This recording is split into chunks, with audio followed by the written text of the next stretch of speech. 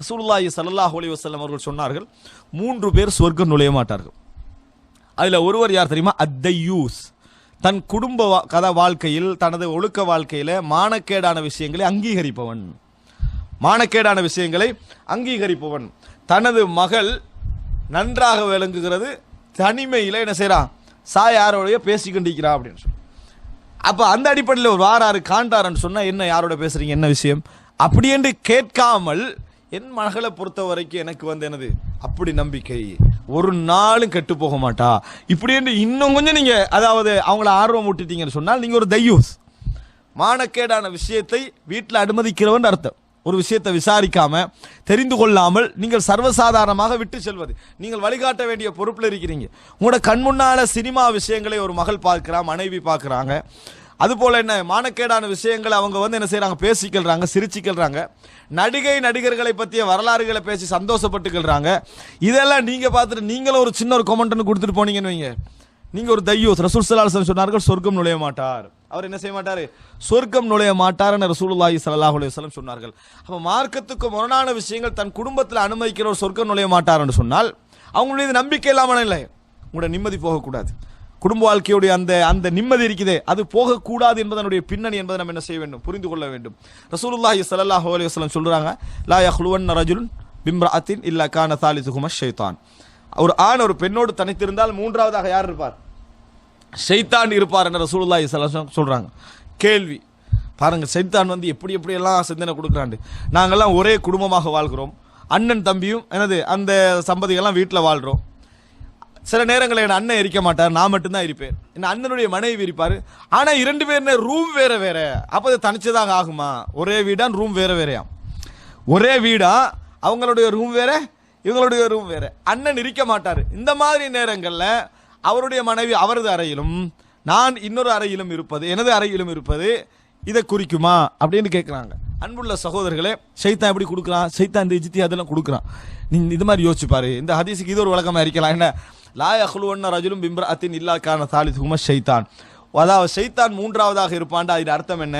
ஒரு ஆணும் பெண்ணும் தனிமையில் இருக்கிறேன்னா தனி எப்படி இருக்கணும்ன்றது அல்ல. ஃபோனில் இருக்கிறானோ, அதுக்கு இடையில் எத்தனையோ பேர் இருக்கிறாங்க. அந்த நெட்வொர்க் உங்களை கனெக்ட் பண்ணுறவன் இருக்கிறான், அந்த எஸ்டிசிக்கான இருக்கிறான், எல்லாரும் தான் இருக்கிறான் நடுவில். அதுக்காக வேண்டி அது ஹராமில்லேண்ட் ஆகிருமா? நீனும் அவனும் இலகுவாக தொடர்பு கொள்ளக்கூடிய அமைப்பில் உங்களோட வழி இருந்தது என்று சொன்னால் அதான் தனிமையில் ஆகிற என்று சொல்றது. நீங்கள் 2 பேரும் பக்கத்தில் இருக்கணும்ன்றது அல்ல. இன்டர்நெட்டில் ஒரு ஆணும் பெண் தொடர்பு கொள்றாங்கன்னு வைங்க, அவங்களாம் பல கிலோமீட்டர், ஆயிரக்கணக்கான கிலோமீட்டருக்காங்கள தான் இருக்கிறாங்க. அந்த ஹதீஸுக்குள்ள அது வருமா வராதா? வந்தே ஆகும் நிச்சயமாக.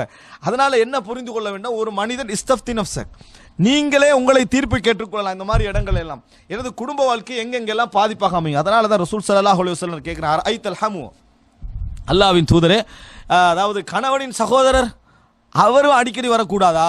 அவர் தான் கூட அடிக்கடி வருவார், வீட்டில் ஏதாவது விஷயங்கள், தம்பி அண்ணன் இருப்பல. அல் ஹமு அல் மவுத் நாங்கள் சொல்லலாம். அவரையா கேட்குறீங்க? அதான் அவங்களோட மரணம் என்னாங்க. ரசூல் ஸல்லல்லாஹு அலைஹி வஸல்லம் சொன்னாங்க, உங்களுடைய மரணமே அது அங்கே தான் இருக்கிறது அப்படின்னா உங்களோட குடும்ப வாழ்க்கை அங்கே தான் முடியும் என்னாங்க ரசூல் ஸல்லல்லாஹு அலைஹி வஸல்லம். அப்படின்னா என்ன? அவர் நல்ல மனிதர். நிச்சயமாக ஒரு அண்ணனுடைய வாழ்க்கை குலைக்கணும் ஒரு தம்பி நினைப்பாரா?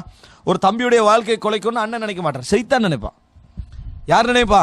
ஷைத்தான் நினைப்பான். அதற்கு உங்களை காரணமாக என்ன செய்வான்? ஷைத்தான் யூஸ் பண்ணுவான்னு தெரிஞ்சுக்கும். அப்புறம் ரசூல் ஸல்லல்லாஹு அலைஹி வஸல்லம் இதை தடுத்திருக்கிறார்களா? யார் வந்திருக்கிறார்? இதை மச்சான் வந்திருக்கிறாருன்றாங்க. அங்கிருந்து இங்கிருந்து பேசினா யார் வந்து அப்படியா நல்லா கவனிச்சு அனுப்புங்க. அப்போ இப்படி இந்த மாதிரியான சப்ஜெக்ட் எல்லாம் நமக்கு அவங்க யாரோடய வந்திருக்கிறாங்க? உறவுக்காரோட வந்திருக்கிறாங்க, மகரமோட வந்திருக்கிறார்கள், அது வேறு. ஏன்னா சொந்தங்கள் உறவுகளுக்கு இடையில பழக்க வழக்கங்கள் இருக்கும், போறது வாரதெல்லாம் இருக்கு. அந்நியர்கள் மாதிரி வாழ வேண்டிய அவசியம் இல்லை. ஆனால் பாதுகாப்போடு வந்திருக்கிறார்களா? அந்த பெண்ணுக்குரிய உத்தரவாதம் உங்களோட மனதில் தேவையில்லாத சந்தேகம் வராத அமைப்பில் அவர்கள் வந்திருக்கிறார்களா என்பதுதான் முக்கியம். அதுக்கான ஏற்பாடு இருக்கணும். உங்களுடைய தாயோடு மகன் போயிருக்கிறார், பிரச்சனை இல்லை. யாராவது உறவோடு என்ன செஞ்சுக்கிறாங்க? போயிருக்கிறாங்க. அந்த தொடர்புகள் இருக்க தான் செய்யும். ஆனால் அது அல்லாமல் இந்த மாதிரியான விஷயங்களை நம்ம சர்வசாதாரணமாக அங்கீகரிச்சு உங்களுக்கு விளங்கணும். பிடிக்காதவருக்கு சுபஹானல்லாஹ், இஸ்லாம் எந்த அளவுக்கு சட்டம் சொல்லி இருக்கிறேன்னு சொன்னால், ஒரு மனைவி சதகா செய்யலாம் கணவனுடைய அனுமதி இல்லாமல். ஒரு பிச்சைக்காரர் வராரு, ஒரு கேட்டு வராரு, தர்மம் செய்யலாம். அவரோட சொத்தில் எடுத்து என்ன செய்யலாம்? தர்மம் செஞ்சிடலாம். ஆனால் அவருடைய சொத்தில் இருந்தாலாவது கணவனுடைய அனுமதி இல்லாமல் அன்பளிப்பு கொடுக்கக்கூடாது, கிஃப்ட். ஏன்? சதகா தேவையுள்ளவர்களுக்கு கொடுப்பது. கிஃப்ட் என்பது அன்பு. கிஃப்ட் என்பது அன்பதும் விருப்பத்தோடு சம்பந்தப்பட்டது. கணவனுக்கு தெரியும் நீங்க யாரோட அன்பு அப்படின்றது. கணவனுக்கு என்ன? கணவன் அனுமதி இல்லாமல் ஹதியா கொடுக்க கூடாது, அன்பளிப்பு என்ன செய்யக்கூடாது, கொடுக்க கூடாது அப்படின்னு ரசூலுல்லாஹி ஸல்லல்லாஹு அலைஹி வஸல்லம் சொல்றாங்க. வீட்டில கணவன் வெறுப்பவரை அனுமதிக்க கூடாதுன்னு ரசூல் ஸல்லல்லாஹு அலைஹி வஸல்லம் சொல்றாங்க. கணவன் வெறுப்பவரை அனுமதிக்க கூடாது அப்படின்னா என்ன, இதுக்கு அர்த்தம் ஆணாதிக்கம் எல்லாம் பேர் சூட்டிக்கிறாங்க. அதல்ல, குடும்ப வாழ்க்கையுடைய நீ சேர்ந்து வாழணும்னா இருவருக்கும் உள்ள நிபந்தனைகளை இருவரும் ஏற்றுக்கொள்ளணும். அதாவது அல்லாஹ்விடத்தில் ஒருத்தர் நெருக்கமான மனிதர், இபாதத்தில் அந்த மாதிரியான மனிதர், சமூக வாழ்க்கையில மிகவும் கண்ணியமானவர், மிகவும் ஒழுக்கமானவர். ஆனா அவனோட கணவருக்கு அவரை கண்டாலே பிடிக்குதில்ல, ரீசன் தெரியாது, காரணம் தெரியாது. வீட்டுக்கு அவர் ஒரு முறை வராரு, இதுக்கு பிறகு நான் இல்லாத நேரத்தில் இவர் வரக்கூடாது அப்படின்னு சொல்றாருன்னு வைங்க, அவர் நல்ல மனிதர், இபாதத்து எனக்கு பிடிக்கல. அல்லாஹு தாலா எப்படி அந்த சட்டத்தை பாருங்க, சுப்ஹானல்லாஹ். அல்லாஹ்வுக்கு மிகவும் நெருக்கமானவராக இருக்கலாம், ஆனால் உங்களோட கணவனுக்கு பிடிக்கல, எடுக்காது. சரிப்பில் இரண்டாவது, உன் வாழ்க்கை நிம்மதியாக போகணுமா, என்ன செய்யக்கூடாது, உன் கணவனுக்கு பிடிக்கவில்லை என்று சொன்னால் நீ எடுக்கக்கூடாது, அவ்வளவுதான். கணவன் வரக்கூடாது என்றாருன்னா நீ கவனிக்காது, அவ்வளவுதான். இல்லை ஒரு நல்ல மனிதர், இபாதத்தில் ஒரு, நான் எப்படி, நீ அவரோட வாழணுமா, ஒழுக்கமா இருக்கணுமா. சிலரை கண்டா என்ன செய்யாது, காண்ற நேரத்திலே பிடிக்காது, ரீசனே விளங்காது. கணவனுக்கு பிடிக்கவில்லையா எடுக்காதேன்னு இஸ்லாமியங்களுக்கு என்ன செய்கிற சொல்கிறது.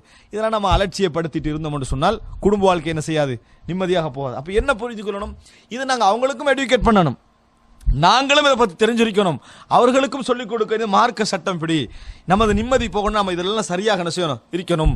உங்களுக்கு பிடிக்காது என்பதை அதில் காட்டிக்கொள்ள வேண்டும். இதில் பிடிக்காது என்பது எதெல்லாம் காட்டுறாங்க, ஆனால் மார்க்க விஷயத்தில் என்ன செய்கிறாங்கல்ல, காட்டுவது கிடையாது. காரணம் இவர்கிட்ட அந்த வீக் இருக்குது, அவங்களும் அந்த வீக்கை ஷேர் பண்ணிக்கிறாங்க.